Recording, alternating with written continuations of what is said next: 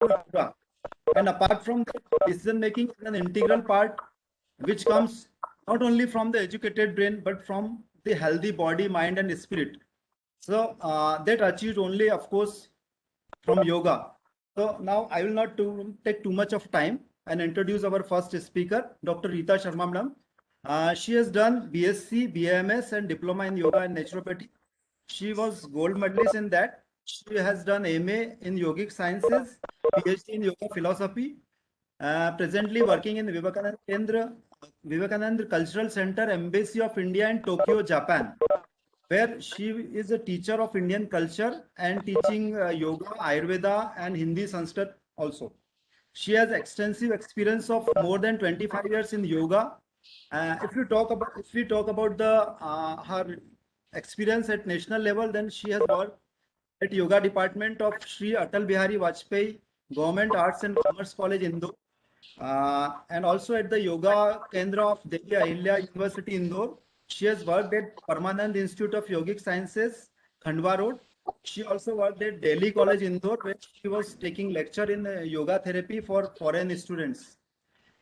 She was instructor at Barbarian Power Gym, Indian Red Cross Society. Internationally, she is working in Japan, and she has experience of taking regular classes in Embassy of India, Tokyo. Since her tenure at Japan, she has been taking yoga session in the International Yoga Day, and she has also taken yoga and diet session in Parliament of Japan uh, on International Yoga Day, especially for Japanese.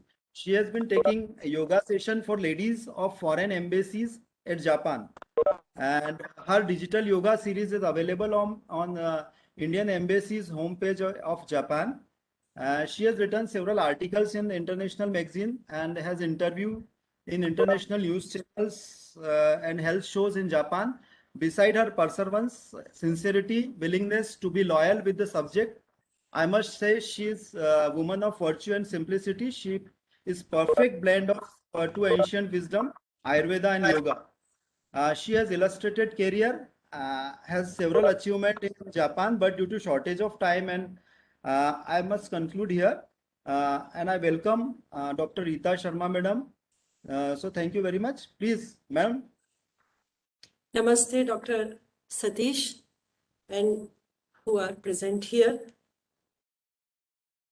The chief guest present in this webinar, Honorable Minister of Ayush Madhya Pradesh, Shri Ram Kishore Kamre, Distinguished Guest, Principal Secretary and Commissioner, Ayush Department, Madhya Pradesh, Mrs. Karlin Khongwar Deshmukh, Principal of Ashtang Ayurvedic College, Indore, Madhya Pradesh, Dr. Satish Chandra Sharma, all faculty members, special dignitaries from Yoga and Ayurveda, and all yoga enthusiasts.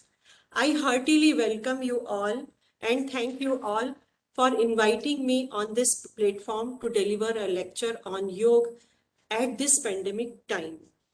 At this pandemic time, when the whole world is going through a severe crisis and whole world is terrorized by this COVID-19 pandemic, we should focus on those health aspects which help us in increasing immunity and control the risk factors. And here, in this COVID pandemic time, yoga is improving to be an important tool. So before starting this yoga session, I would request you all to sit straight, and we'll start this yoga session with Om chanting, and we'll pay our respect to sage Patanjali, who has given us knowledge of this yoga education through yoga philosophy. So please sit straight. I am going little backside.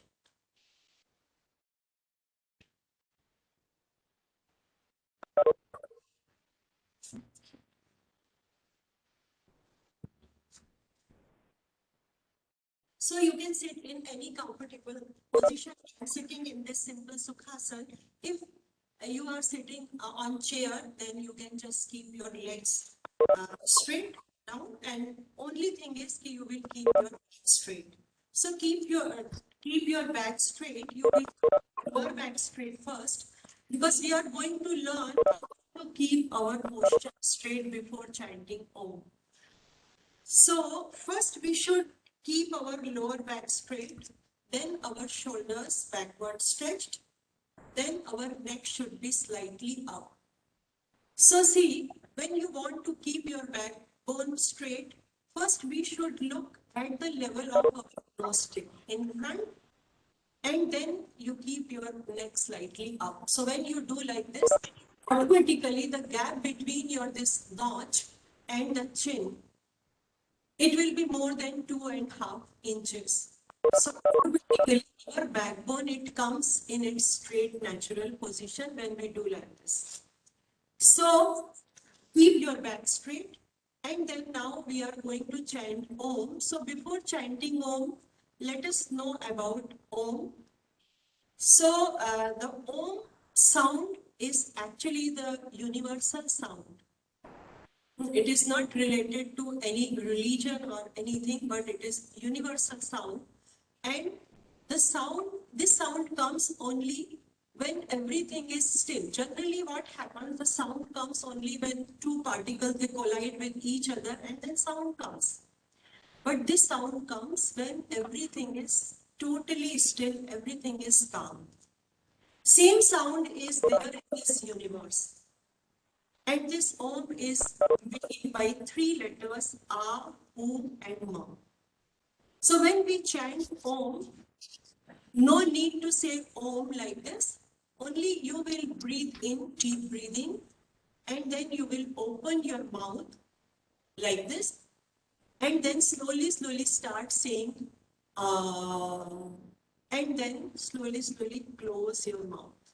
So automatically after U and Ma will come out. Now about the ratio between and Ma. So the ratio between and Ma should be 1:3. So like when you are chanting and you are closing your mouth, then Ma should be little longer. So this way we should start chanting Om. So let us sit straight, close your eyes, your both hands in this mudra, chin mudra, on your knee, and relax your all body parts. If you are comfortable in Padmasana, you can sit in Padmasana. This is only half lotus pose, but this is complete lotus pose. Then we'll do. So now take long and deep breath. Open your mouth.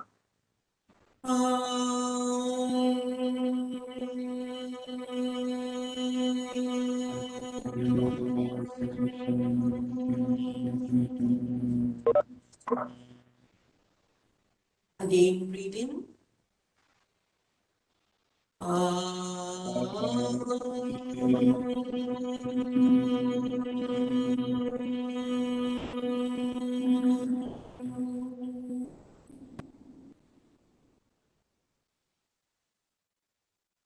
Again, breathe in.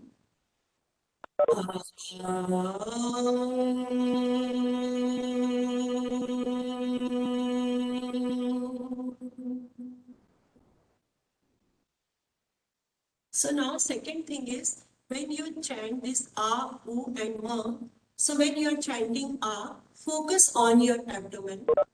When you are chanting U, focus on your chest.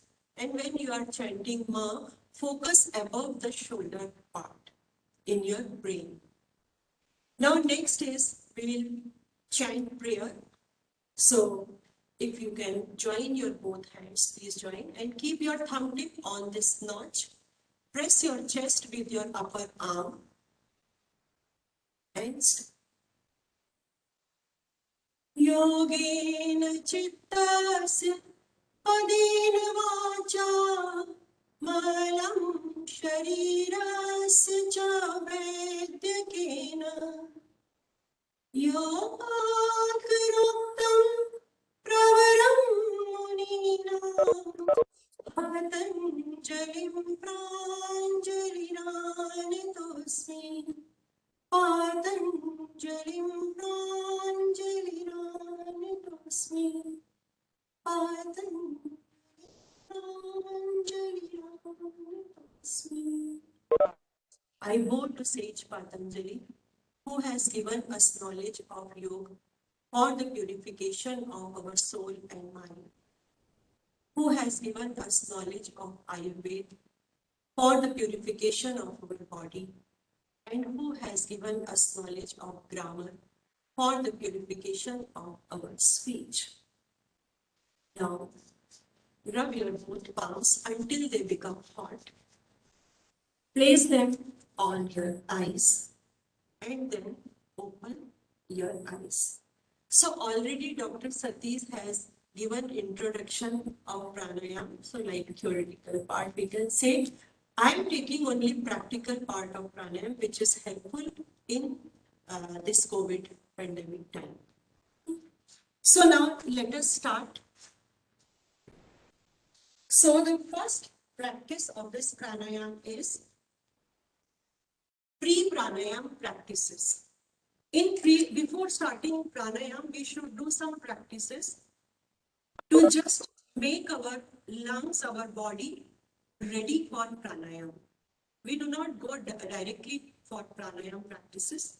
So the first one is we keep our hands on chest and then keeping our back straight, slowly breathe in and take your hands towards your shoulder. Breathe in from your nose. Then breathe out. Breathe in. Breathe out. Breathe in. Breathe out. The next practice is, this is also pre-pranayama practice. In this practice, again we breathe in from our nose, but we spread our hands sideways and we try to take them more and more backside. So breathe in.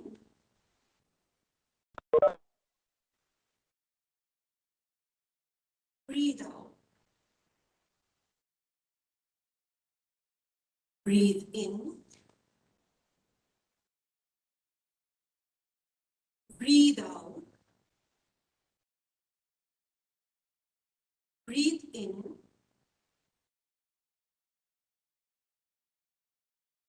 Breathe out. This you can do up to 10 frequencies. You can start with 2-3 frequencies and go up to 10. Now next is again pre-pranayama practice. This practice, you will breathe in and take your hands up. Look at your hands and then stretch and take your body more and more backside. Then breathe out, come back. Same way again, breathe in, take your hands up, stretch upward and bend backside. Then again come back. This also you can go up to 10 frequencies. Now the next is in standing posture. This is also pranayama pre-practice. In standing posture, you will keep your both feet apart and the gap should be more than 2 feet at least, or you can increase or decrease this gap according to your comfort. Then you will take your both hands up, breathe in, slowly breathe in and take your hands up, stretch upward and back side. Then breathe out, come down between your both legs. And here you will continue, breathe out, breathe out, breathe out, breathe out, breathe out 5 times. Then again breathe in, breathe out, breathe out, breathe out, breathe out, breathe out, then again breathe in. So this way you will do 5 times. Now the next pre-pranayama practice we add in this practice Surya Namaskar. So 1 or 2 rounds of Surya Namaskar just to make our body ready for pranayam. So we come forward on our mat and both hands by the side. There are 12 steps in Surya Namaskar. So we do that in all those steps. So breathe in and breathe out. Come in first position. Then breathe in, both hands up. Bend your body backside. Breathe out. Hold your ankle joint or keep your hands on the floor, or you can hold your big toe. But then keeping your knee straight, you will touch your knee with your forehead. Then breathe in. Take your right leg backside. Bend your left knee, look forward and upward. Breathe out. Left leg backside, look at your navel. Then both knee on the floor, chest between your both hands, chin little forward, and this Ashtanga Namaskar pose. Here your breath will be normal. Then next, you will do Bhujangasana, Cobra pose, look up and heel joint. Then from here, breathe out, look at your navel. Breathe in, right leg forward, look up. Breathe out, left leg forward. Again, try to touch your forehead with your knee. Then breathe in, both hands up. Breathe out, down, and then come back. Breathe in and breathe out. Then, after that, you take rest. So this Surya Namaskar round, you can do 2 to 4 rounds for pre-pranayam practices. Now the next is, you should sit in any comfortable asana, because according to the definition of pranayam, which is given by Sage Patanjali in Yoga Sutra, is tasmin sati shwas prashwas yor gati vichheda pranayam. Tasmin sati means when you are perfect in any sitting posture, preferably Padmasana or Siddha Yoni Asana or Siddhasana, or if you cannot sit in Padmasana, you can sit in simple Sukhasana or half lotus pose. So one pose should be perfect, so that, because in pranayam practices you have to sit for a long time, so without perfection you cannot sit for a long time, otherwise your body will give you pain somewhere. So that is asana perfection is very important in pranayam. So this is half lotus pose, or you can sit in simple Sukhasana. Now, next is, there are 3 sectional breathing in pranayam, so which are known as yogic breathing. So 3 sectional breathing are, one is abdominal breathing, second is chest breathing, and the third is clavicular breathing. These 3 breathings are known as sectional breathing. Why these 3 breathings are important? Because in normal course, we do not use, our lungs are so big, but we are not using all parts of our lung. Very little part we are using for breathing in and breathing out process. But when we do these sectional breathing, we can increase the area of, effective area of breathing or our respiration. So for this, we should do all these 3 sectional breathing. Now, how to do this sectional breathing? So what we do, we keep our back straight, and always we should do pranayam with closed eyes. And whenever you are breathing in and breathing out, your breath should be deep, slow, but without exertion, and soundless also. There should not be any sound. Generally, people do like this, and then they make sound and they exert too much.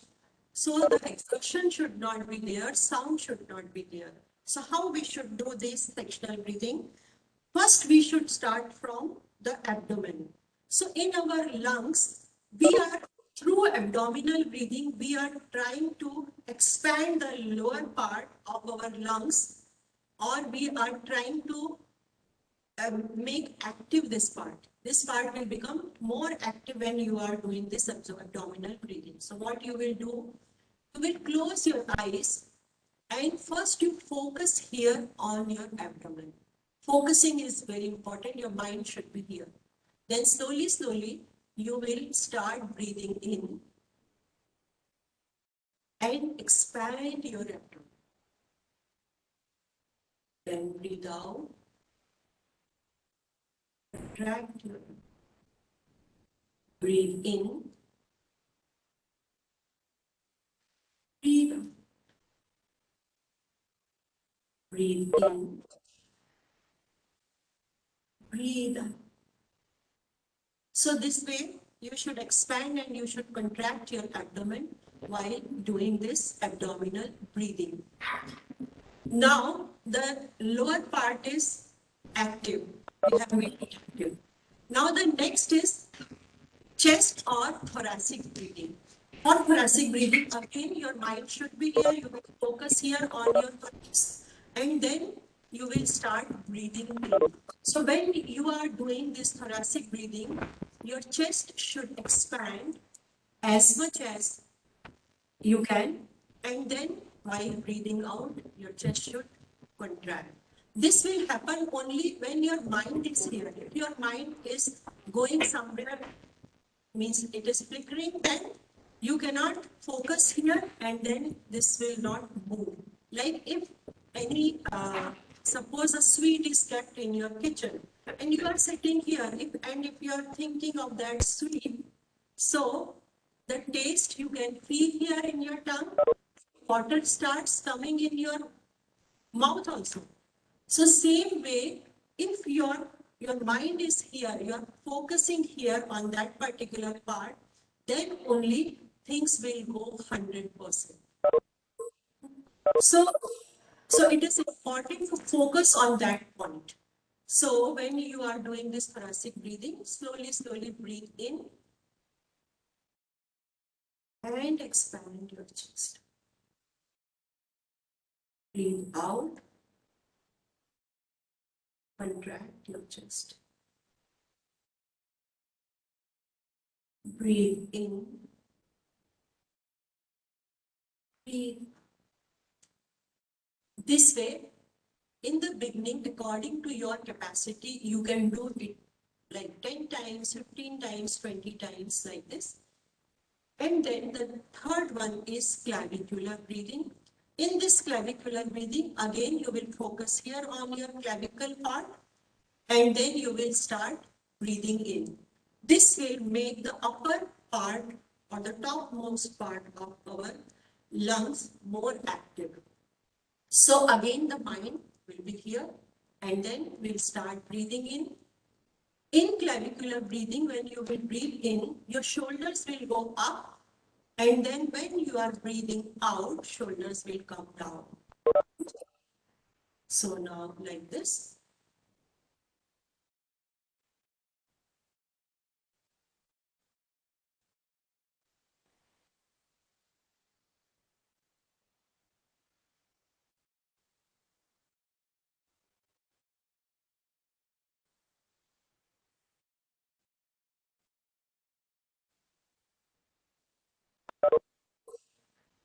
So this way you can increase the capacity of your lungs. Many cells which are inactive, they will become active and especially the gaseous exchange will improve.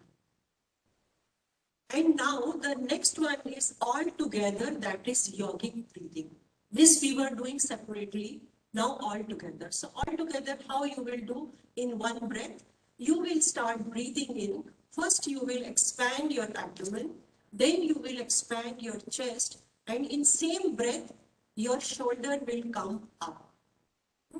So like this.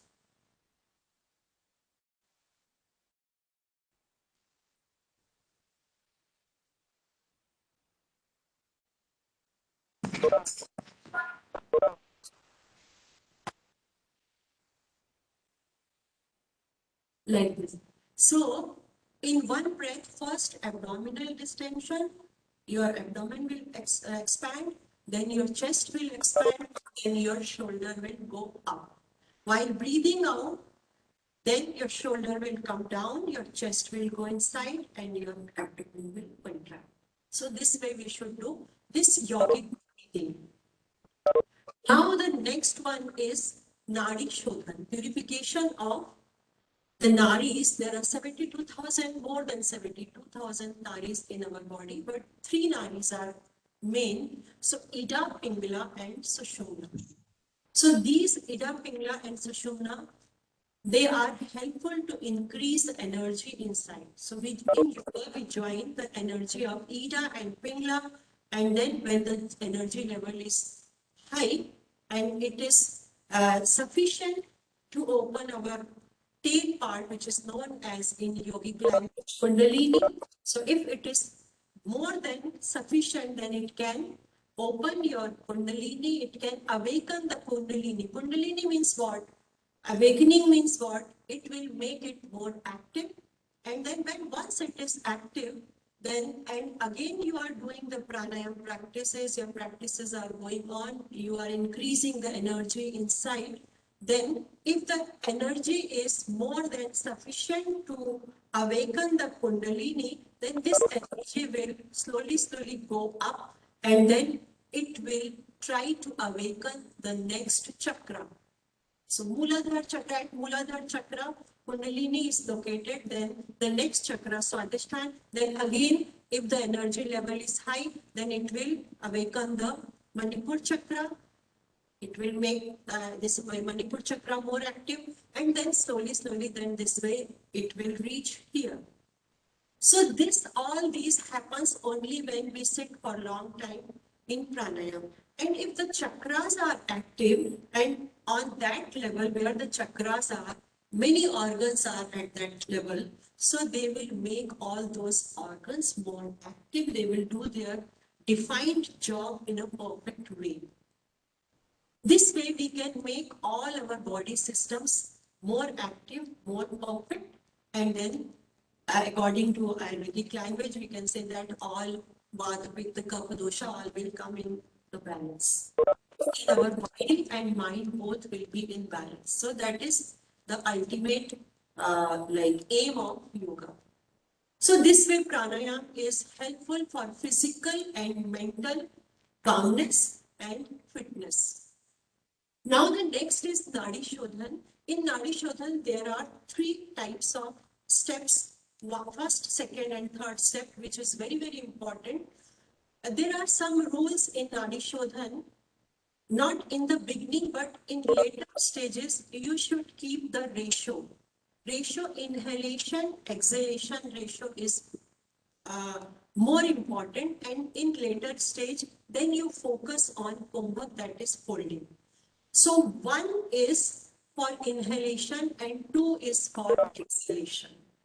Now let us talk about the first step of Nadi Shodhan. Nadi Shodhan first step is you will come first in this Nasikagra Mudra. Nasikagra Mudra is, see, this is right hand.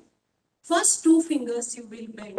Rest of the 2 fingers will be straight and your thumb tip like this, and then you will turn your hand, right hand. Then automatically your thumb tip will come on your right nostril.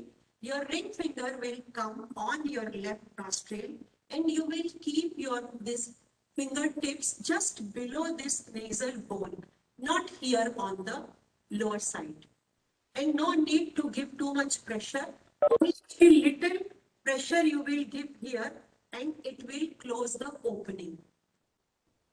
Now, keeping our backbone straight, we keep our eyes closed, and always when you start pranayama, before that, you make yourself happy.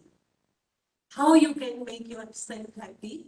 Just think about some happy moment, any memory which makes you more happy, any activity which you like or which you enjoy, you can think of that activity, and then slowly you breathe in from one nostril. So like we are starting from left nostril, so slowly breathe in from left nostril. When you are breathing in, your breath should be slow, deep, without sound, and exertion less. These 4 points are very important while doing pranayama. And then slowly, you will breathe out. But when you are breathing in, always focus on your chest, whether your chest is expanding or not. So during inhalation, your chest should expand. During exhalation, your chest should contract. This way, breathe in and breathe out from same nostril 10 times. 10 times if you are doing, it will make 1 round. And this way you should do 10 rounds from one side. When you are starting this pranayama and you are thinking about some happy moments, what happens? The happy hormones will release. And these hormones, they will keep your all body parts in a relaxed mode. So then all body cells will be in relaxed mode, and then they are now in happy mode, so they can take more oxygen which is going through the blood circulation to each and every cell, because you are breathing in continuously from here, oxygen is going inside. If your body is in relaxed mode, then only take. If it is in contracted mode, if it is in stress, then stress hormones will release and they will contract your all body parts, like vessels, like cells. So they are not able to take sufficient oxygen. So it is very important before starting pranayama, before starting any yoga practice, first you make yourself relaxed, happy. Okay?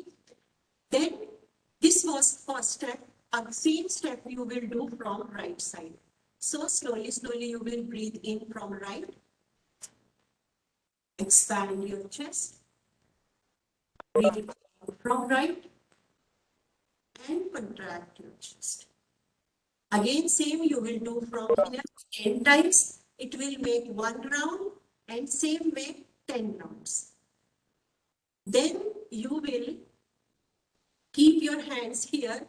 Breathe in and breathe out from both nostrils. This is the third step.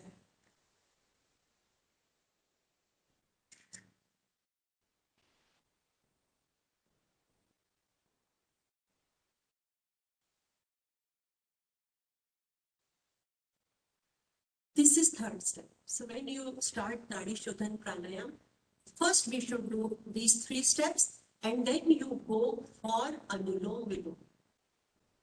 So in Anulom Vilom, again you will come in this Nasikagra Mudra, and then you will keep your thumb tip on right nostril, right finger on left. In Anulom Vilom, you will start breathing in from left. Expand your chest. Breathe out from right. Contract your chest. Then again breathe in from right.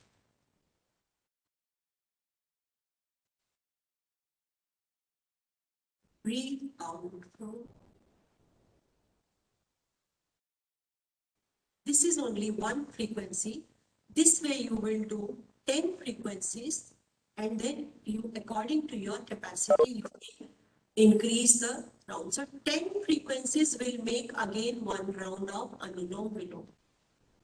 This is simple. You are doing deep breathing, breathing in and breathing out. But in next stage, you will keep the ratio 1:2 in inhalation and exhalation. So when you are suppose breathing in from, you will start always this Anulom Vilom from left side. So you will breathe in from left. Then how you can count this time? So it is better mentally you just count 1, 2, 3, 4, 5 like this. Suppose you are breathing in for 5. So then you will breathe out from right 10. You will try to breathe out 10. If you are not able to reach up to 10, just keep the time more than your inhalation. If your inhalation is 5, then it should be at least 6, but finally reach up to 10. So you will breathe out from right, then again breathe in from right, again 5, up to 5 you will count, then breathe out from left, 10. So this way you have to start keeping the ratio 1:2. Now the next step is Kumbhak. Now we are going towards actual pranayam. When we are not holding, this is not actually pranayam. Now in this Nadi Shodhan, which is for the purification of our all nadis, we will start breathing in from left. Suppose you are breathing in from left and you are counting up to 5. After breathing in, close your both nostril, hold your air inside for, because this was 5. So actually standard time is 1:4:2. Holding is 4. But in the beginning, you will keep the holding time same as your inhalation time.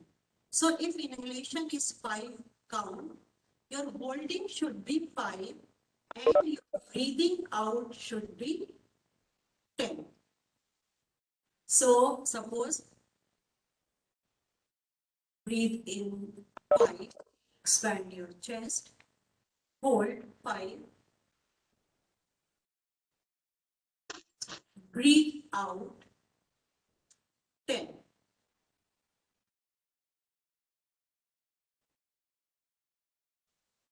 Then again breathe in from right nostril 5, hold 5, breathe out 10 from left.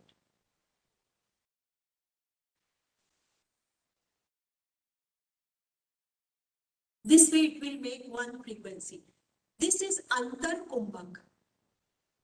In Nadi Shodhan, we are doing Antar Kumbhak, and this Antar Kumbhak is first step of Nadi Shodhan with Kumbhak, with holding. 5, 5, 10 means 1, 1, 2. Then now next is you can increase this 1, 1. So 1, 2, 2. 1 is inhalation, 2 is holding Kumbhak, and 2 is exhalation. 1, 2, 2. Then 1, 3, 2. 1 is inhalation, 3 is holding, and 2 is exhalation. Then slowly, slowly. So this will take time. See, suppose you are in first step. For 1 week, you do only first step. Then another second week, you do second step, 1:2, 2:2. Then third week, 1:3, 3:2. Then you will come to the standard number. You will reach up to the standard number 1:4:2. It means you will breathe in from left. Suppose this is 5 count. So breathing in 5. Then holding should be 20, 4 times. And then breathing out should be 10. So this way we should do this Nadi Shodhan, Anulom Vilom, the third one. Now the next is, which is very, very beneficial, is Kapalbhati. Kapalbhati is a part of Hatha Yoga Shat Karma. So in Kapalbhati, we should do, actually the standard number is 120 strokes in 1 minute. But you can start with 30 strokes in 1 minute. If you are not able to do directly 120, then start with 30 strokes 1 minute. What we should do in Kapalbhati? In Kapalbhati, actually we focus only on exhalation. Only on exhalation part, and that too, our exhalation should be forceful. So we sit in any comfortable position and keeping our hands on knee. Then with closed eyes, because always close your eyes to focus on your breath, and then you can focus in a better way. So then focus, and then first you take long and deep breath.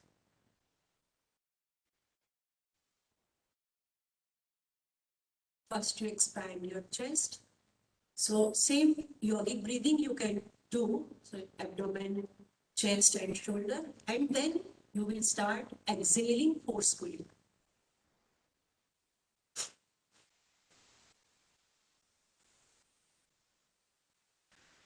So your abdomen will go up inside, and these strokes should be, actually the standard number is 120 per minute. So slowly you go step by step, 30, then everyday practice. With everyday practice, you increase the number and reach up to 120. So this will be helpful to clean the respiratory tract. It will it will remove the mucus and some secretion which are inside in our entire this trachea and bronchial tree. So this is very helpful, and this is a part of Shat Karma.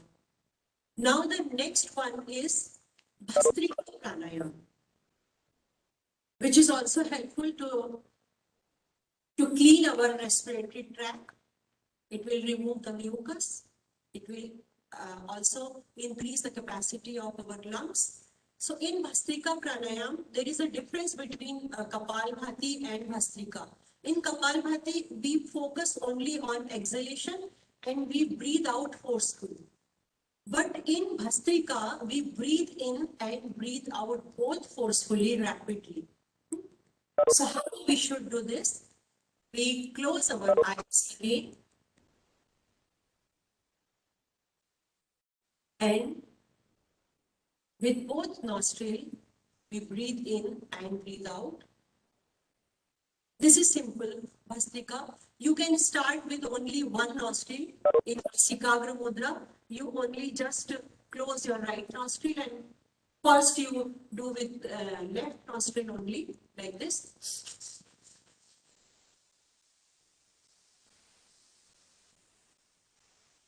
Then after 10 times, when you are breathing in, breathing out, then take long and deep breath. And then hold.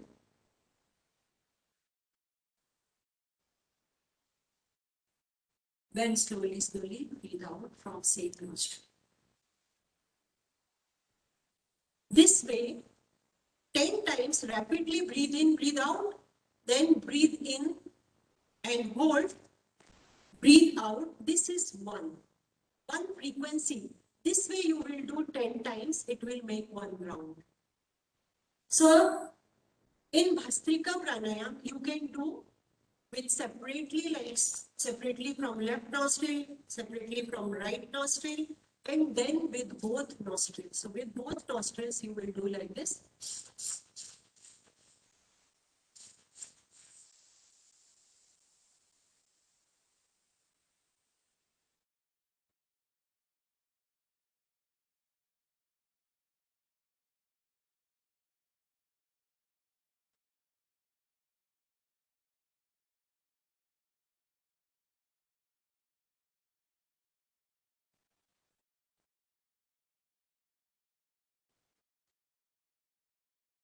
This way 10 times will make one round.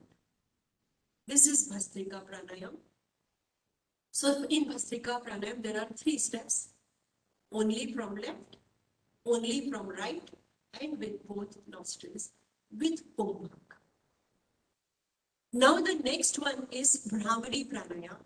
Bhramari Pranayam is more effective when we do in Shanmukhi Mudra.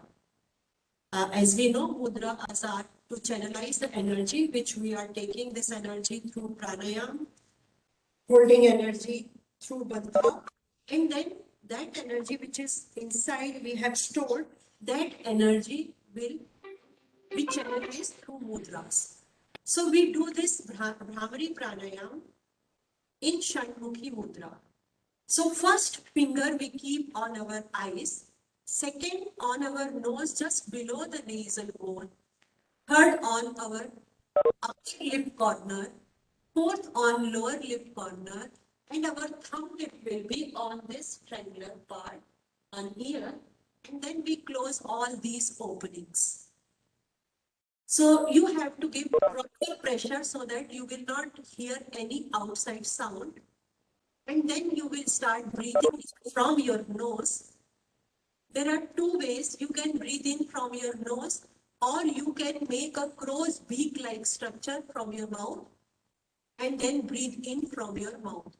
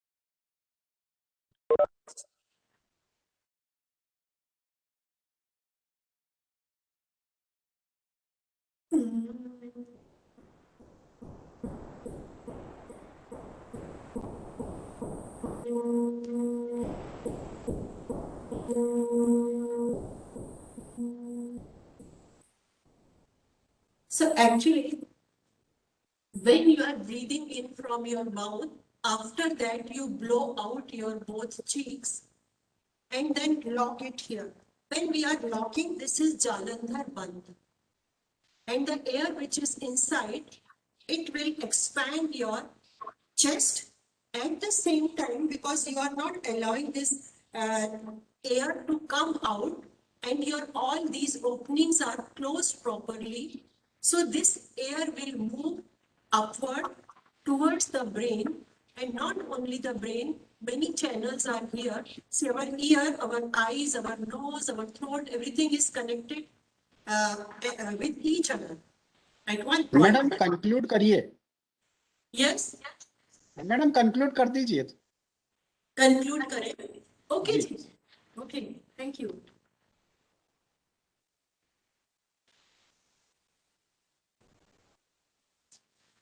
So now almost everything is done actually. This was last, Bhramari Pranayam was last.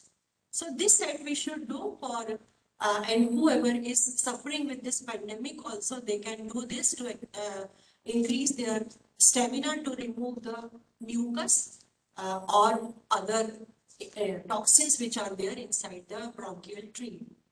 So thank you very much for giving me this opportunity.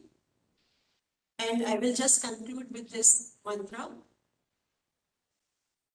Sarve bhavantu sukhina, sarve santu niramaya, sarve bhadrani pashyantu, ma kaschid dukha bhavet.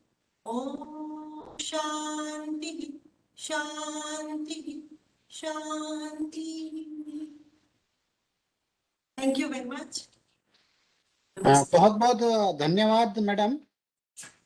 इसके पश्चात मैं doctor APS Chauhan sir को आमंत्रित करूंगा कि वो हमारे जो द्वितीय वक्ता हैं श्री अनिल सहोरे साहब, उनको आमंत्रित करने के लिए मैं डॉक्टर एपीएस चौहान हमारे शरीर क्रिया विभाग के विभागाध्यक्ष एवं professor doctor APS Chauhan sir को आमंत्रित करना चाहता हूं. Doctor APS Chauhan sir. Thank you doctor Pradeep. आज के कार्यक्रम के मुख्य अतिथि माननीय रामकिशोर कांवरे जी, हमारे कार्यक्रम के विशिष्ट अतिथि माननीय करलीन देशमुख मैडम, हमारी पीएस एवं आयुक्त. इससे पहले कि मैं आज के द्वितीय वक्ता आदरणीय अनिल भैया का मैं यहाँ परिचय दूं, उसके पहले मैं आज के इस कार्यक्रम में उपस्थित दो विशेष अतिथि, पहले डॉक्टर शिवमंगल प्रसाद जो कि head of the institute government Ayurvedic institute Nepal, Kathmandu से हमारे साथ जुड़े हुए हैं इस वेबिनार में, मैं उनका हार्दिक स्वागत करता हूं। साथ ही सिंगापुर से Vivekananda yoga institute S Vyasa की एक जो ब्रांच है सिंगापुर में संचालित करते हैं श्री मनोज ठाकुर, वो भी हमारे साथ में हैं। उनका भी मैं इस वेबिनार में हार्दिक स्वागत अभिनंदन करता हूं। तो पहले वक्ता के शानदार वक्तव्य के पश्चात मैं आमंत्रित करना चाहूंगा आदरणीय श्री अनिल सरोदे जी का। उनका संक्षेप में परिचय देना चाहता हूं। श्री अनिल सरोदे जी मूलतः नागपुर महाराष्ट्र से हैं।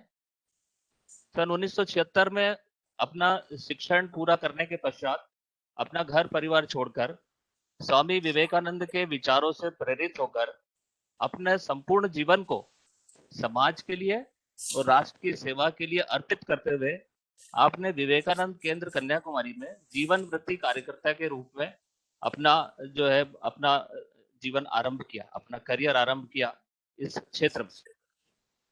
स्वामी विवेकानंद के विचारों और कार्यों को जन जन तक पहुंचाने के लिए आपने देश के लगभग सभी प्रांतों में जाकर के कार्य किया, विशेष करके मुंबई, बेंगलोर, गोवा और ऐसे अनेक बड़े बड़े शहरों में और छोटे ग्रामीण क्षेत्रों में भी आपने जाकर के स्वामी जी के विचारों को प्रसारित किया, प्रचारित किया और साथ ही समाज सेवा के साथ साथ योग के माध्यम से भी जन आंदोलन एक खड़ा किया।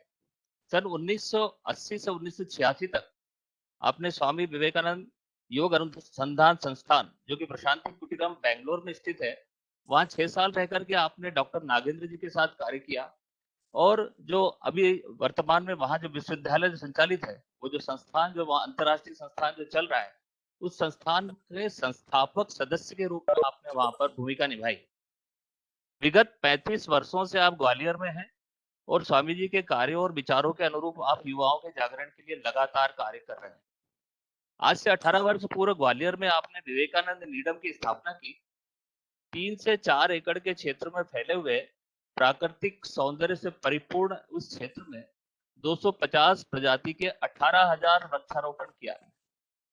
वनवासी बच्चों के लिए एक निशुल्क छात्रावास वहां संचालित है, गौशाला है, बायो टॉयलेट्स है, योग एवं प्राकृतिक चिकित्सालय संचालित है। साथ ही ग्वालियर के ही बच्चों के लिए व्यक्तित्व विकास के लिए 7 दिवसीय एक आवासीय व्यक्तित्व शिविर होता है। तो ऐसे 84 व्यक्तित्व विकास शिविर आपने वहां आयोजित किए। बच्चों के अलावा युवाओं के लिए युवा प्रेरणा शिविर, आध्यात्मिक साधना शिविर लगातार निरंतर ग्वालियर में आयोजित होते रहे हैं। साथ ही योग एवं प्राकृतिक चिकित्सा के लिए अनेक पाठ्यक्रम, योग के सर्टिफिकेट कोर्सेज और डिप्लोमा कोर्सेज भी आप संचालित कर रहे हैं। ग्वालियर में ही कुछ वर्षों पूर्व विवेकानंद जयंती के अवसर पर एक विशिष्ट कार्यक्रम हुआ था, जिसमें 11,111 विद्यार्थियों ने सामूहिक रूप से सूर्य नमस्कार किया। उस कार्यक्रम का आयोजन आदरणीय अनिल भैया के नेतृत्व में किया गया।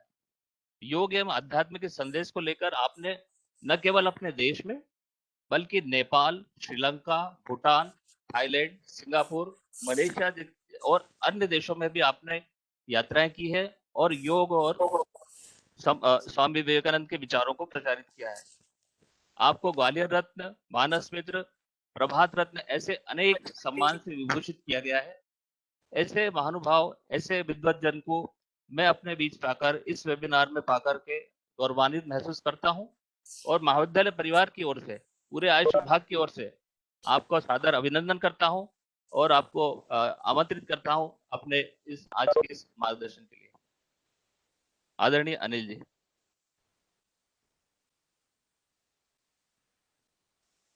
आज के इस कार्यक्रम के सम्माननीय मुख्य अतिथि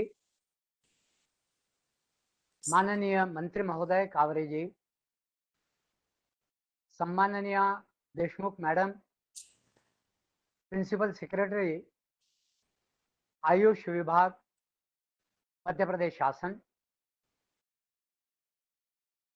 अष्टांग आयुर्वेद महाविद्यालय इंदौर के सम्माननीय प्रिंसिपल सर, आचार्य महोदय, अन्य अधिकारीगण, जापान से इस कार्यक्रम से में जुड़ी डॉक्टर रीता शर्मा एवं सभी छात्र जगत के सभी युवा साथियों, मैं आपका सभी का विवेकानंद निगम की ओर से अभिनंदन करता हूं अभिवादन करता हूं। आज का विषय है युवाओं के सर्वांगीण विकास में योग की भूमिका। वैसे बड़ा चर्चित विषय है। अनेक जगह पर अनेक प्रकार के वर्कशॉप्स आयोजित होते रहते हैं और उन वर्कशॉप्स का सामान्यतः यही विषय भी रहता है। लोग बहुत अट्रैक्ट भी होते हैं। पर्सनैलिटी डेवलपमेंट इस शब्दों को लेकर बड़ी उत्सुकता भी रहती है, आवश्यकता भी है। नौकरी काम धंधे में है और कभी कभी जो बहुत विकसित व्यक्तित्व होता है ऐसा हमें लगता है, उसको देखकर हम प्रभावित भी होते हैं, आकर्षित होते हैं और उसकी जरूरत भी है। अच्छा, दूसरी बाजू यह भी है, दूसरा आयाम यह भी है कि हमारे जीवन के सभी आयामों को छूना जरूरी है। वे जागरूक भी हो, वे क्रियाशील भी हो और उसके द्वारा हम अपने जीवन में संजोए जो स्वर्णिम स्वप्न है उनको पूर्ण भी कर सके। यह बहुत जरूरी है और इस दृष्टि से व्यक्तित्व का सर्वांगीण विकास होना यह बहुत जरूरी है। विद्यार्थी मित्रों, विशेष रूप से आपके लिए एक संस्कृत सुभाषित है, उस सुभाषित का जरा सा जिक्र करता हूं। काकचेष्टा बको ध्यानम, काकचेष्टा बको ध्यानम, श्वान निद्रा तथैव च, अल्पाहारी गृह त्यागी विद्यार्थी पंचलक्षणम। ऐसा एक संस्कृत में सुभाषित आता है। काक चेष्टा, जैसे कौवा, यदि उसे कोई चीज दिख जाए खाने की तो उसके लिए लगातार प्रयत्नशील रहता है। केन प्रकारेण वो इस टहनी पर बैठेगा, उस पेड़ पर बैठेगा, उस दीवार पर बैठेगा, उस खंबे पर बैठेगा, थोड़ा सा उड़ेगा, फिर नजदीक आएगा, उसको दूर जाने के लिए पत्थर उठाओ, डंडा दिखाओ, जाएगा लेकिन फिर आ जाएगा, फिर प्रयास करेगा। तो काक चेष्टा, कौवे जैसी चेष्टा होना, करना, यह विद्यार्थी का एक लक्षण है। इसका अर्थ क्या हुआ, इसका तात्पर्य क्या हुआ? निरंतर जो हमने ध्येय स्वीकारा है, जो अपने सामने गंतव्य रखा है, एम रखा है, उसकी पूर्ति के लिए, उसको प्राप्त करने के लिए निरंतर क्रियाशील रहना। काक चेष्टा बको ध्यानम, बक मतलब बगुला किसी तालाब में, नदी के पानी में एक पैर पर बिल्कुल स्थिर होकर खड़ा रहता है और सदैव देखता रहता है कि नजदीक कोई मछली आ जाए, कोई फिश आ जाए, उसको एकदम एक झटके से, सड़ाक से वह उठा लेता है। लेकिन तब तक वह इतना बिल्कुल स्थिर रहता है कि अपनी हलचल से जरा भी डिस्टरबेंस वह होने नहीं देता। बको ध्यानम, बक जैसा ध्यान मतलब मानसिक एकाग्रता उस गंतव्य के लिए, उस कार्य की पूर्ति के लिए, मतलब अपनी शक्ति का वह आयाम पूर्णतः उसमें झोंक देना, लगा देना, तभी हमें उसमें उत्कृष्टता या सफलता प्राप्त हो सकती है। तो काकचेष्टा बको ध्यानम, श्वान निद्रा तथैव च। कुत्ता सोया हुआ दिखाई तो पड़ेगा, लेकिन जरा सी कहीं खटखुट हो जाए, जरा सी कोई वस्तु हिल जाए, जरा सी दरवाजे की धड़धड़ हो जाए, जरा सी आंधी तूफान, कोई पत्ता हिल जाए, एकदम से उठेगा और भो भो करने लगेगा और अपने मालिक को इशारा करेगा। मतलब सोया हुआ लग तो रहा है लेकिन भीतर से सदैव जागरूक। यह विद्यार्थियों के लिए बहुत आवश्यक है। हमारे लिए क्या उपयुक्त है, क्या आवश्यक है, कहाँ से हमने क्या लेना चाहिए, हमें यदि अपने जीवन के लिए, अपनी विद्यार्थी दिशा के लिए आवश्यक उपयुक्त कोई चीज लगती है तो वह हमने लेने की तैयारी निरंतर रखना। तो काक चेष्टा पको ध्यानम, श्वान निद्रा तथैव च, अल्पाहारी, बहुत भरपेट खाओगे, डबाडब खाओगे, खूब खींचकर तान लोगे, आप पढ़ाई में, किसी कार्य में पूरा मन नहीं लगा सकते, नींद आएगी, आंखें बंद हो जाएगी, ऊंघने लगोगे, ऊप सी आएगी, मन एकाग्र नहीं होगा, सारी मानसिक शक्तियां रक्त के द्वारा, रक्त प्रवाह के द्वारा पेट की तरफ, इंटेस्टाइन की तरफ, स्टमक, एब्डोमेन की तरफ दौड़ने लगेगी। इसके कारण ब्रेन को पर्याप्त ऊर्जा नहीं मिल पाएगी। इसलिए विद्यार्थी अल्पाहारी होना चाहिए, कम भोजन उसने करना चाहिए। अल्पाहारी, गृह त्यागी।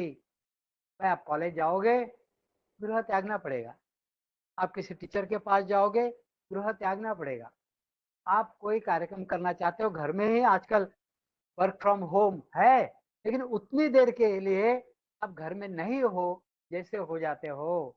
तो पुराने दिनों में तो आश्रमों में जाते थे युवक, या जो किशोरवयीन छात्र होते थे वह, जैसे सांदीपनि गुरु, भारद्वाज गुरु, वशिष्ठ गुरु, विश्वामित्र गुरु जी के आश्रम में जाकर वहां पढ़ाई होती थी, वहां अभ्यास होता था। लेकिन आज उस प्रकार की आश्रम व्यवस्था न होकर, अभी भी गुरुकुल पद्धति है, लेकिन उस प्रकार के आश्रम न होकर भी कॉलेज तो जाना ही पड़ता है, स्कूलों में तो जाना ही पड़ता है, या कोचिंग सेंटर जाना ही पड़ता है। उतनी देर के गृह त्यागना ही होता है। हम नहीं घर में करेंगे तो वह भी ठीक नहीं है। इसलिए यह पांचों चीजें, काकचेष्टा, बको ध्यानम और श्वान निद्रा, अल्पाहारी और गृह त्यागी, यह विद्यार्थियों के लक्षण है।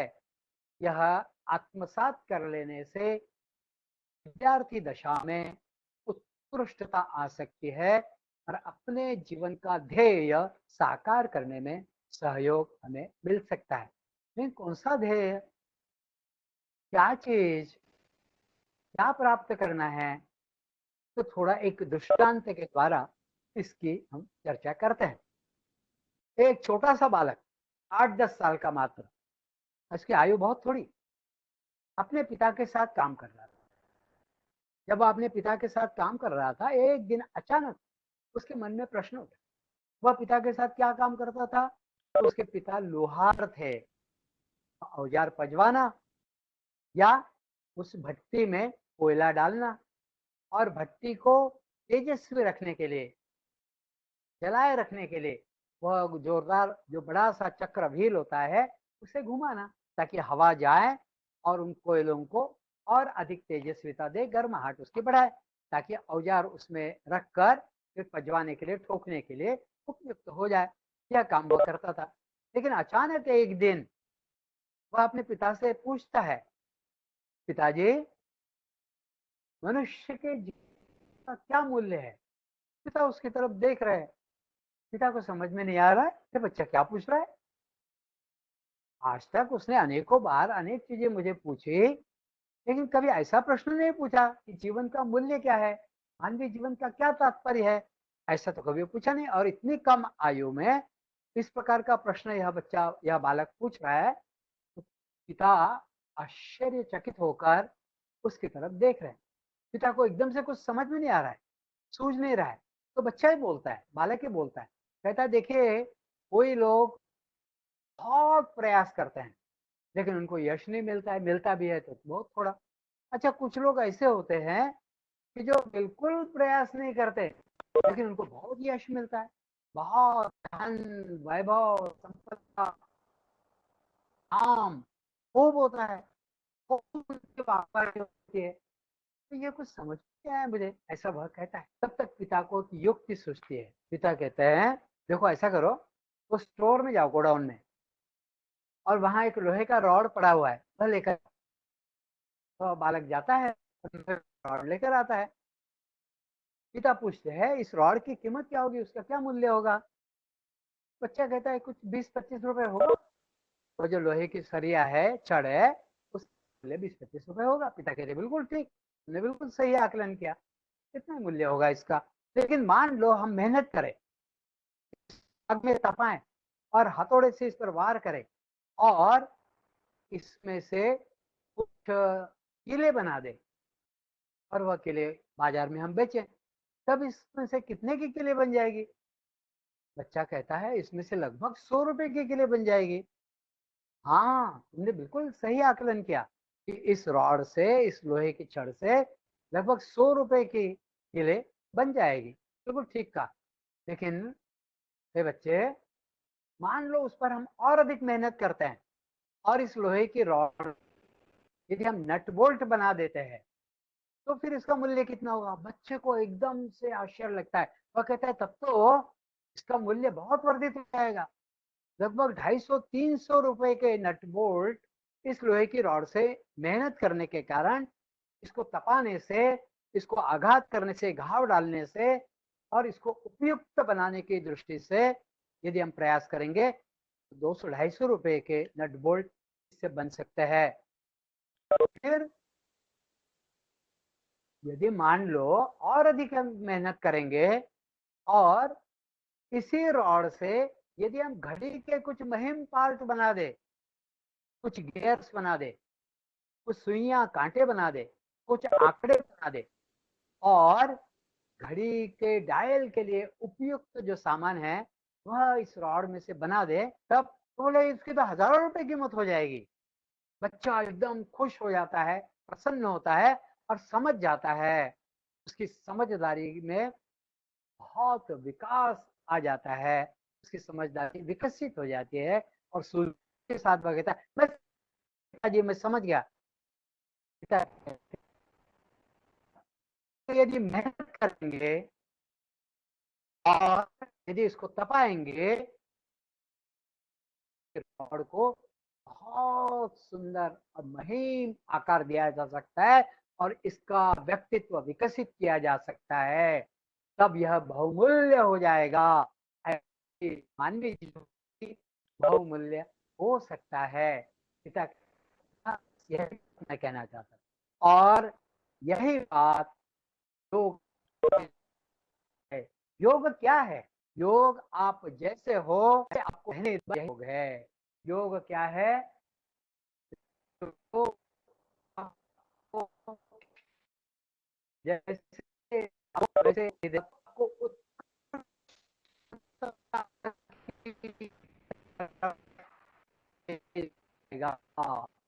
आपको उत्कृष्ट है। योग आप जैसे हो वैसे आपको न रहने देकर भीतर के वह जो सारे सूक्ष्म तत्व है, आपके भीतर की जो ऊर्जा है, उस ऊर्जा को पूर्णतः प्रस्फुटित कर दे, पूर्णतः विकसित कर दे, पूर्णतः बाहर निकाल दे और आपका व्यक्तित्व सर्वांग परिपूर्ण कर दे।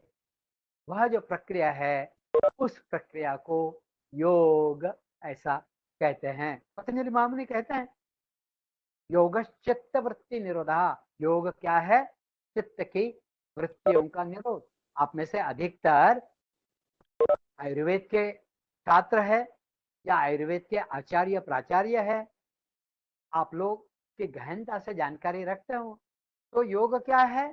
चित्त वृत्ति निरोधा। चित्त की आवश्यक वृत्तियां हैं, वृत्तियों का निरोध मतलब नियमन, उनको कंट्रोल, उसको नियंत्रित कर एक दिशा में जिस समय जो काम कर रहे हैं उस काम पर फोकस करना, उस काम पर लगा देना योग है।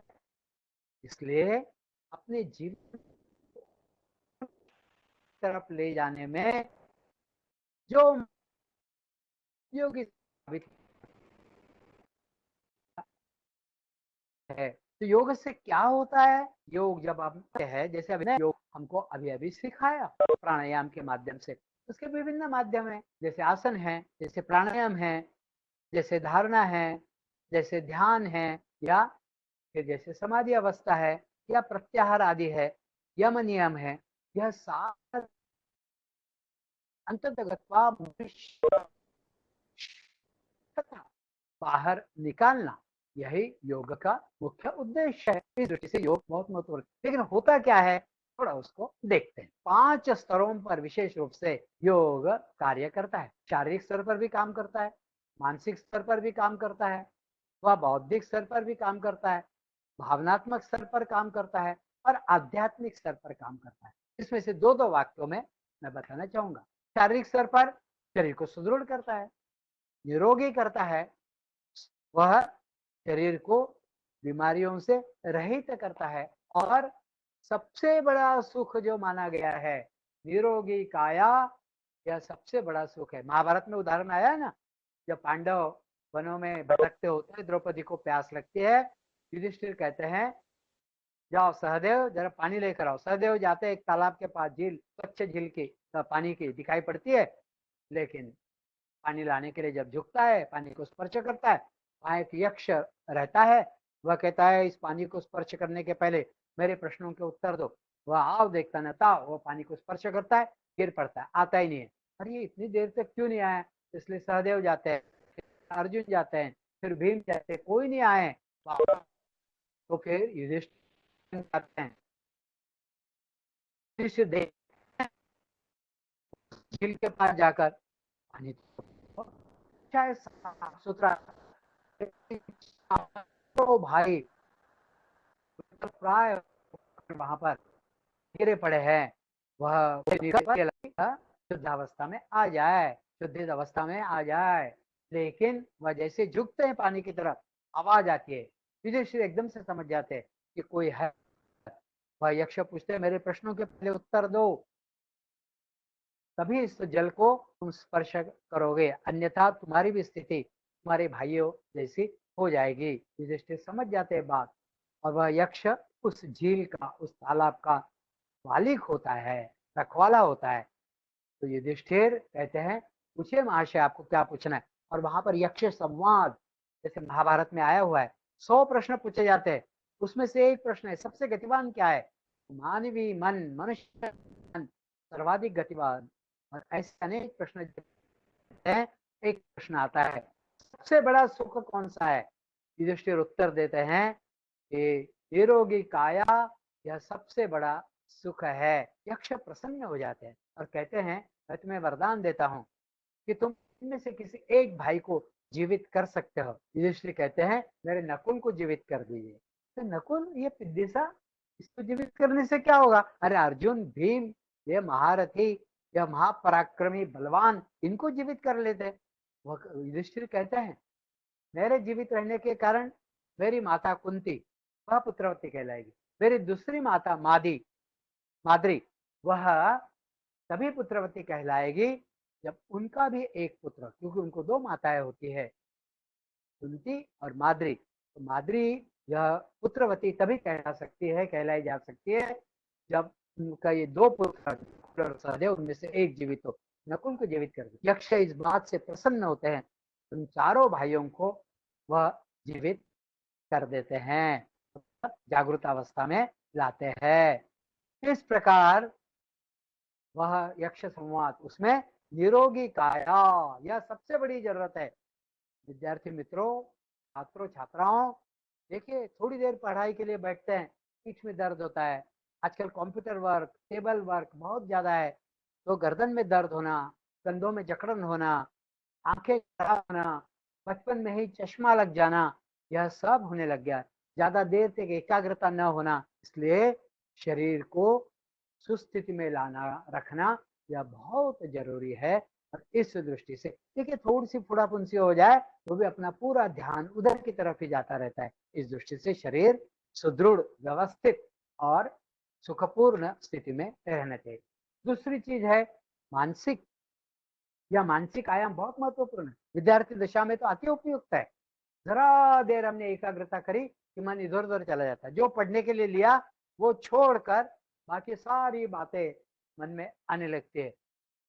अरे मित्रों के साथ जरा गपशप कर लूं, जरा वीडियो देख लूं, जरा इतने व्हाट्सएप के मैसेजेस है जरा देख लूं, ये कर लूं, वो कर लूं, ये सारा मन में आता रहता है।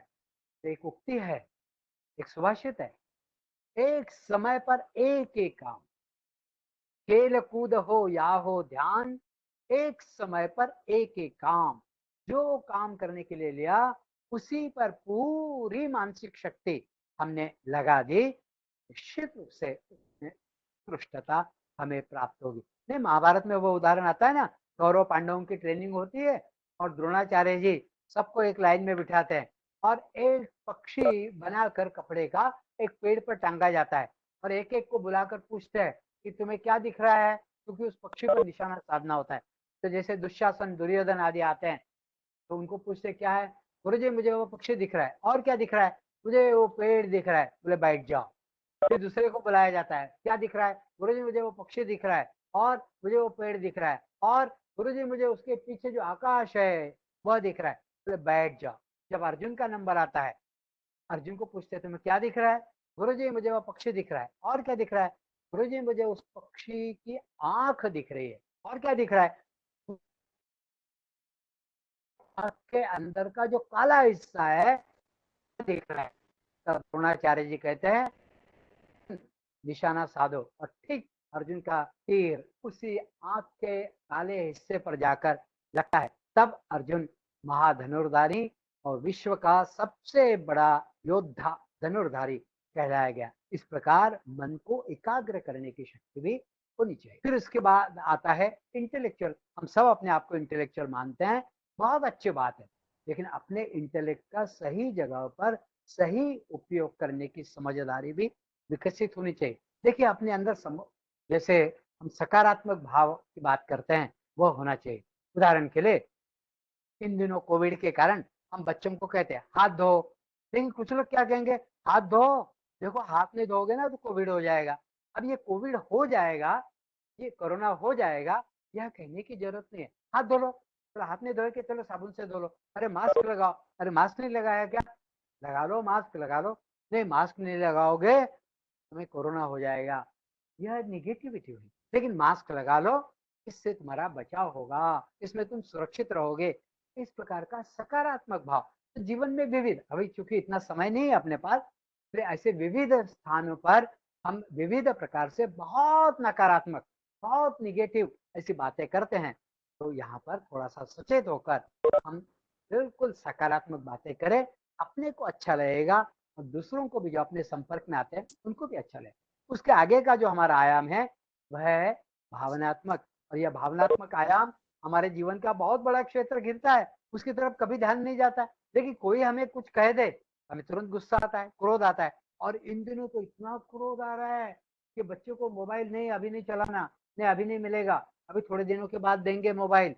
तो बच्चों को इतना गुस्सा आता है कि अंदर के कमरे में जाकर इतने सारे बच्चों ने, कितने सारे बच्चे हमारे ग्वालियर में किले से ऊपर जाकर वहां से स्कूटियों के साथ स्कूटी चलाकर उसके साथ उन्होंने जंप कर लिया और नीचे गिरकर उनकी मृत्यु हो गई। कितने लोगों ने कुछ गलत सलत द्रव्य पिए और उसके कारण उनकी मृत्यु हुई। कितने लोग फांसी लगाते। कहने का तात्पर्य है कितने घरों में आजकल इन दिनों तनाव के कारण, स्ट्रेस के कारण या दबाव के कारण झगड़े हो रहे हैं, विद्वेष फैल रहा है। यहाँ पर अपने भावनात्मक आयाम को थोड़ा सा संतुलित करने की आवश्यकता है। क्या है भावनात्मक हमारा आयाम? जैसे बर्फ पिंड होता है समुद्र में, बर्फ का पहाड़ तैरता होता है, वह हमको जितना दिखता है ना बाहर, उससे 8 गुना अधिक तो पानी के नीचे होता है। मतलब बर्फ के यदि हम 9 टुकड़े कर देंगे, एक टुकड़ा ऊपर दिखता है और 8 टुकड़े उसके पानी के अंदर होते हैं। ये जो टाइटैनिक जहाज है ना, ये क्यों डूबा था? जो जहाज इस पृथ्वी पर अवतरित साक्षात स्वर्ग है, स्वप्न है, ऐसा उसको कहा गया था, और ये कभी डूब नहीं सकता। इतना सुंदर वह जहाज बनाया गया था। वह बर्फ पिंड से टकराया, उस जहाज में छेद हुआ, पानी घुसा, उसके 3 टुकड़े हुए, डूब गया, और उसमें से कुछ 8-9 लोग बचे थे। उन्होंने जो कहानी बताई उसके आधार पर टाइटैनिक फिल्म और टाइटैनिक कादम्बरी लिखी गई। क्यों टकराया? क्योंकि नाविक का जो ध्यान था उस समय हट गया, और जो कुशल नाविक होता है वह बर्फपिंड से किलोमीटर दूर से अपने जहाज को हाँकता है। जो बर्फपिंड के नजदीक ले जाएगा उसका जहाज टकराना तय है और उसके जीवन का टाइटैनिक होना तय। ऐसा ही अपने भावनाओं पर अपने को नियंत्रण रखने की आवश्यकता है। थोड़ा बहुत माँ पिता ने, थोड़ा बहुत अपने टीचर ने, थोड़ा बहुत अपने समाज के कुछ लोगों ने, कुछ रिश्तेदारों ने, कुछ मित्रों ने कह दिया, तुरंत निराश हो जाना, तुरंत हताश हो जाना, तुरंत बिल्कुल डिप्रेशन में चले जाना, यह अच्छी बात नहीं है। अपने आप को संभाल कर रखना, क्योंकि हमारे जीवन का ध्येय बहुत बड़ा है और ईश्वर ने हमें जन्म दिया है। साक्षात वह ईश्वर हमारे भीतर वास करता है। ऐसा भाव लेकर आयाम भी सुधारना चाहिए। और एक आयाम रह जाता है वह आध्यात्मिक। देखो इस दुनिया में इतनी उपलब्धि इन्हीं लोगों ने है। हमारे जो टीचर्स को अलग अलग पढ़ाते हैं वह नटशेल में हमारे लिए कुछ घंटों में बता देते हैं। कितना उपकार है उनका, माता पिता ने हम पर कितना उपकार किया है। हमारे लिए खाना, हमारे लिए कपड़े लत्ते, हमारे लिए घर, हमारे लिए वाहन, हमारे लिए उन्होंने उपलब्ध करा दिए। कितना उपकार, समाज कितना बड़ा उपकार। हम जिस महाविद्यालय को जाते हैं तो सड़कों पर से जाते हैं, वाहन चलाते हुए जाते हैं। तो वाहन निर्माता जो कंपनियां होती है, वहाँ के जो लेबर, कितना पसीना टपकता है उनका, वह खून पसीने में रूपांतरित करते हैं, तब जाकर वाहन बनते हैं। कैसी कैसी भट्टियां वहां पर होती है, कितनी गर्मी होती है। अरे अभी तो देख लो,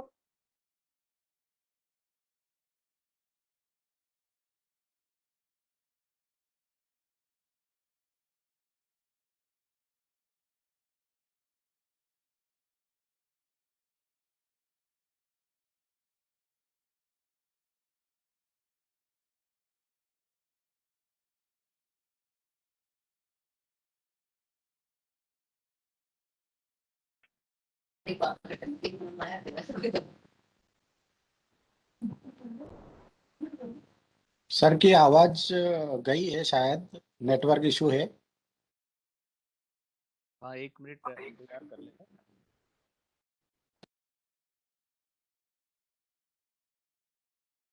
हाँ कितना पसीना छूटता है।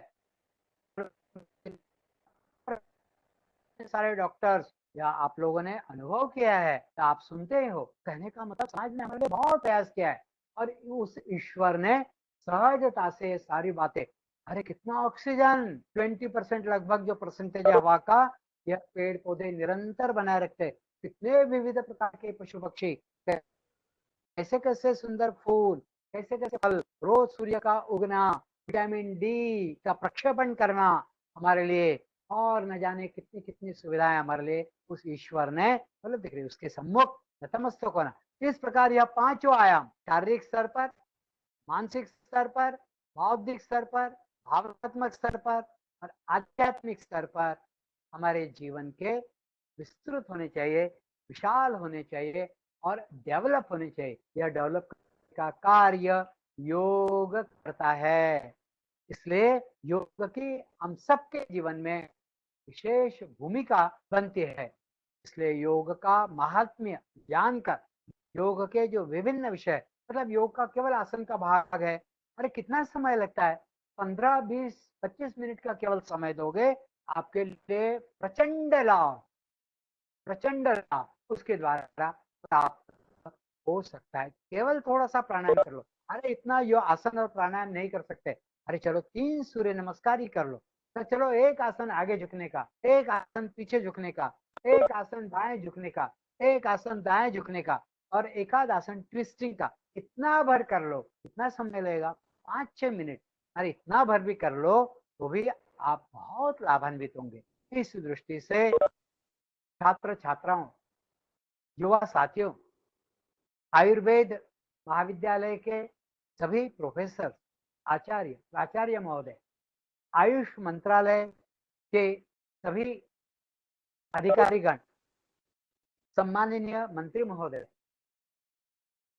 डॉक्टर नीता शर्मा जापान से, आप सब लोगों को मैं हृदय से धन्यवाद देता हूं कि आप लोगों ने यह अवसर मेरे लिए प्रदान किया और मुझे अपनी पर वेबिनार के माध्यम से रखने का हृदय देते हुए मैं अपने माध्यम देता हूँ। धन्यवाद। बहुत बहुत धन्यवाद अनिल सरोदे साहब। इसके पश्चात मैं डॉक्टर श्री श्रीवास्तव सर को आमंत्रित करूंगा प्रश्नोत्तरी के लिए। Doctor Shri Srivastava sir. जी सर, कुछ प्रश्न थे। सबसे पहले तो मैं दोनों वक्ताओं को बहुत धन्यवाद दूंगा कि आपके जो उद्बोधन थे बहुत अच्छे थे और दोनों हमें ऐसे वक्ता मिले जो योगी हैं, दोनों प्रसन्न हैं। बहुत अच्छा लगा, आप लोगों को देख के भी बहुत अच्छा लग रहा है, आपके वक्तव्यों को बहुत अच्छा लगा। एक सरोदे साहब से एक क्वेश्चन था कि आपने वैसे बहुत अच्छा बताया कि लक्ष्य प्राप्ति के लिए निरंतर चेष्टा करना है, बको ध्यानम बताया। और कई बार ऐसा होता है कि it is very difficult to maintain the continuity of M.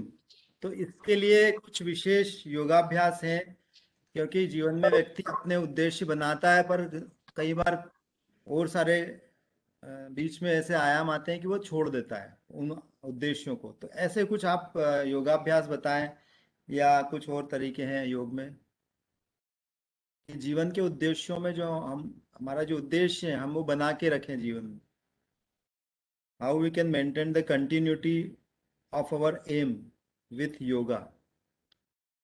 Sarode साहब शायद कनेक्टेड नहीं है उनका क्या? कुछ नेटवर्क इशू है। तो मैं रीता शर्मा मैडम से कुछ सवाल कर सकता हूँ उस बीच में? मैडम, आपने बहुत अच्छा बताया ओम के बारे में, कहाँ फोकस करते हैं शरीर के किस हिस्से में। और प्री प्राणायाम जो एक्सरसाइजेज बताइए, प्रोटोकॉल, वो बहुत ही अच्छा है। मैडम ये बताइए कि कोई ऐसे पर्टिकुलर प्राणायाम है अभी की स्थिति को देखते हुए, खासतौर से कोविड-19 में जब पेशेंट रहता है, मान लीजिए वो मॉडरेट है या हॉस्पिटलाइज है, तो वो कौन से प्राणायाम कर सकता है जिससे उसे फायदा तो हो ही पर नुकसान ना हो? मान लीजिए भस्त्रिका या भ्रामरी तो डेफिनेटली कई बार ये दिक्कत भी दे सकते हैं। तो कौन से ऐसे प्राणायाम है जो ऑक्सीजन लेवल से लेके उनकी जो भी लंग टिश्यू की हीलिंग में भी मदद करते हो? आवाज नहीं आ रही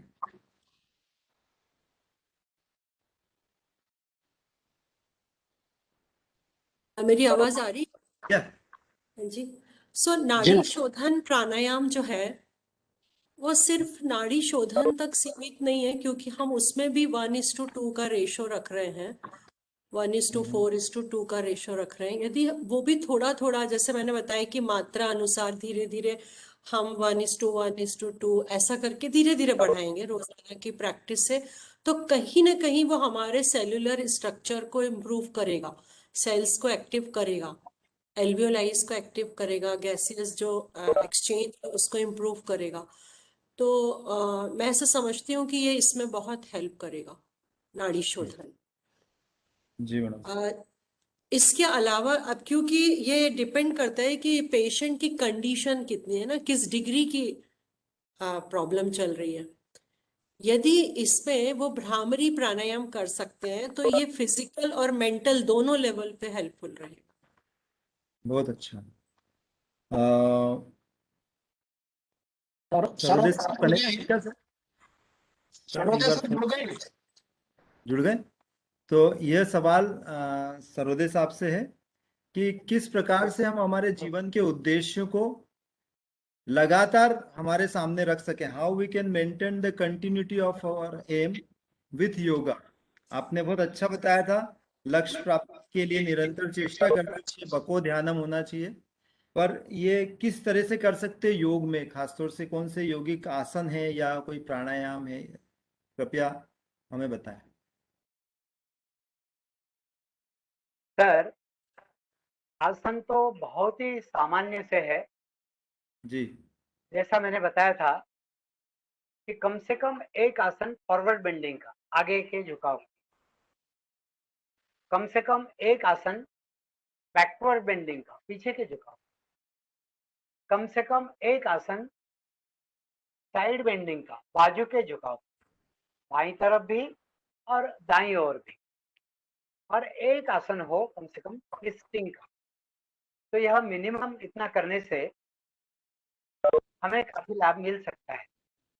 यदि उसके साथ ट्विस्टिंग का भी कोई आसन जोड़ दे, उदाहरण के लिए वक्रासन, अर्ध मत्स्येंद्रासन, परिवृत्त त्रिकोणासन, या आसन भी उसके साथ यदि जोड़ दे तो निश्चित रूप से हमारी नर्वस सिस्टम के लिए, हमारी रीढ़ के लिए, शरीर की फ्लेक्सिबिलिटी बढ़ाने के लिए, मानसिक एकाग्रता के लिए, सहन शक्ति बढ़ाने के लिए यह कारगर होंगे। और मान लीजिए यह नहीं हो सकता तो जैसा पूर्व में कहा गया, कम से कम 3 सूर्य नमस्कार, और यह समय के अनुसार 6 भी कर सकते हैं, 12 भी कर सकते हैं। और हमारे यहाँ योग केंद्र में 200 तक लगाने वाले लोग भी है, लेकिन मान लीजिए वह अति है, उतना नहीं भी कर सकते, क्योंकि उसके लिए निरंतर और दीर्घ अभ्यास की आवश्यकता है, उतना नहीं भी करते हैं।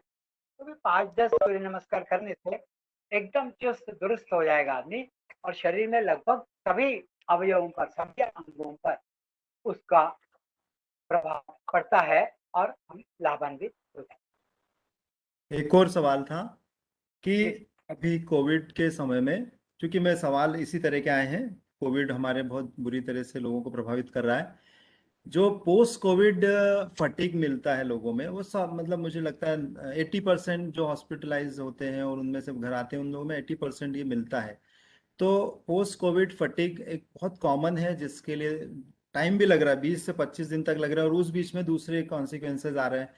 तो इसमें हम किस तरह से प्राणायाम या किसी प्रकार का विशेष योग या कोई बंद होता है, या आप इस पे प्रकाश डालेंगे सरोदे साहब आप? जी जी जी।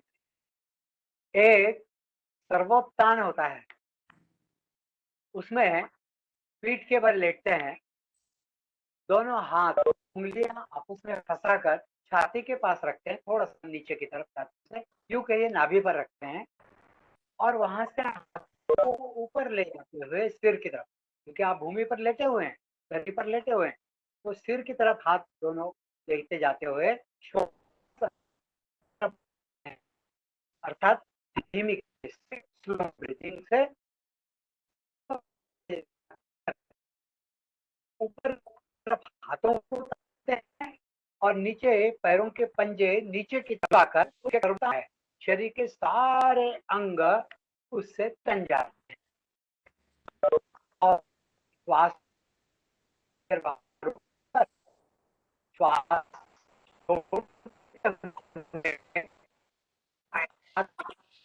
हमको फिर ऊपर ले जाना, पूर्ण छाती करना, लंग्स पूर्ण तरीके से भरना, और श्वास छोड़ते हुए पुनः हाथ नाभि पर लाते हुए पैरों को स्थिति में और हाथ, इसे सर्वोत्थान कहते हैं। दूसरा, जब पेशेंट किसी भी प्रकार कोई चीज करने की स्थिति में नहीं है, उनके लिए शवासन यह बेस्ट है। थोड़ा सा पैरों में 1.5-2 फुट का अंतर लेकर, हाथ कमर से थोड़े दूर रखकर, अर्थात यह क्रिटिकल कंडीशन में नहीं हो पाएगा, लेकिन पेशेंट थोड़ा सा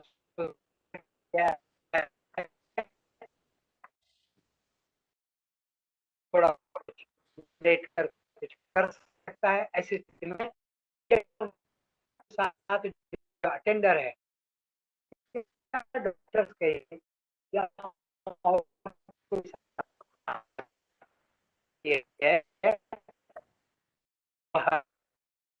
थोड़ी सी सूचना देकर ढीले दें, दोनों पैरों के तलुए, पैरों के पंजे कर दें, एड़ियां एकदम शिथिल, इस प्रकार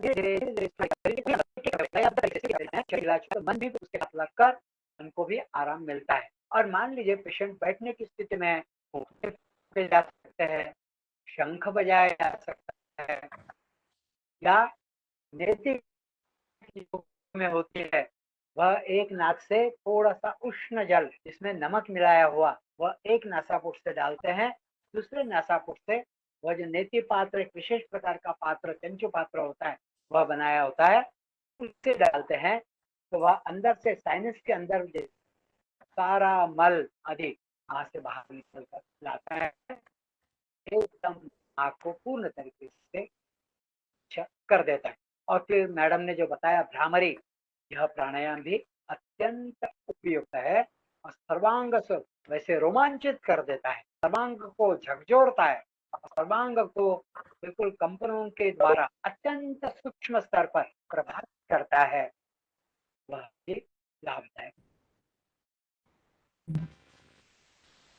ये भी बलिंदर जी का फोन है, कुछ बात करें अभी तो बोल ना, वो मीटिंग में बैठे हैं।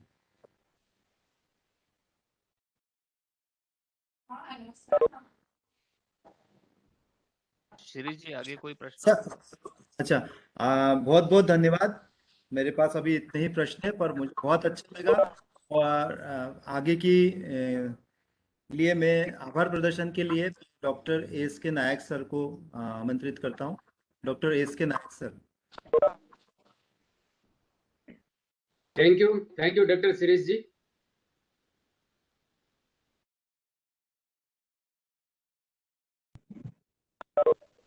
अभी मैं आभार प्रदर्शन के लिए मुझे कहा गया है, तो मैं आभार प्रदर्शन करता हूँ। ओम श्री धन्वंतरे नमः। A very good afternoon to our most valued honorable guest, special guest, distinguished speakers, academicians, practitioners, scholars and students. It is my privilege to have been asked to propose vote of thanks on this special occasion. On behalf of the organizing committee, first of all, I offer my sincere thanks to Lotus Feet of Lord Dhanvantari for his blessings in making this webinar a great success. I am very much pleased to convey my hearty thanks to the chief guest of today's webinar, Sri Ramkishore Kamre ji, Honorable Minister, Department of Ayush, Government of Madhya Pradesh, for his valuable support and guidance. I take this opportunity to propose my vote of thanks to our special guest of today's webinar, Srimati Caroline Kongwar Deshmukh Madam, Honorable Principal Secretary cum Commissioner, Department of Ayush, Government of Madhya Pradesh, for sharing her valuable times and blessings. We are very much thankful to you, Madam. I would like to mention my deepest sense of appreciation to our distinguished speakers of today's, like Dr. Vita Sharma, teacher, Indian culture, yoga, Veda, Ayurveda, Hindi and Sanskrit, Indian Embassy, Tokyo, Japan, for sharing a very wonderful talk. Thank you very much, Madam, for explaining and demonstrating pranayam in such a simple way. I am sure the ideas you have shared in your talk will definitely help the society in maintaining pulmonary health and physical health during this pandemic of COVID-19 situation. My hearty thanks to our second speaker, Sri Anil Sarodeji, eminent yoga expert, Vivekananda Nedam, Gwalior, Madhya Pradesh, for sharing their excellent presentation and making this webinar a very interesting and meaningful. Your valuable advice in making a very fruitful and successful life for youth has been really a milestone for our students. You have really highlighted all the aspects that how a peaceful and successful life can be maintained through yoga. On behalf of Ashtanga Ayurveda College family, I extend my hearty thanks to both of you. Thank you very much. I would like to express my sincere gratitude to our beloved principal, Dr. Satish Chandra Sharma, for his ample guidance and support for organizing this event. He has always been a great inspiration for us each and every time. I would like to express my profound gratitude to all the principals of different Ayurveda colleges, teaching professionals, participants, academicians, practitioners, scholars and students of Ayurveda from different parts of India who have joined us through virtual platform and made this webinar a grand success. My special thanks to Sri Manoj Thakurji from Singapore and Dr. Simangal Prasad from Nepal for joining with us. I extend my hearty thanks to our organizing committee members, Dr. APS Chauhan, Dr. Pradeep Chauhan, Dr. Dharmesh Sharma, coordinator of this webinar, Dr. Sri Srivastav, technical expert, Dr. Ashish Tiwari, for their sincere effort in making this event a great success. Once again, I thank everyone who are directly or indirectly involved for making this event so memorable. Thanks to one and all. Thank you.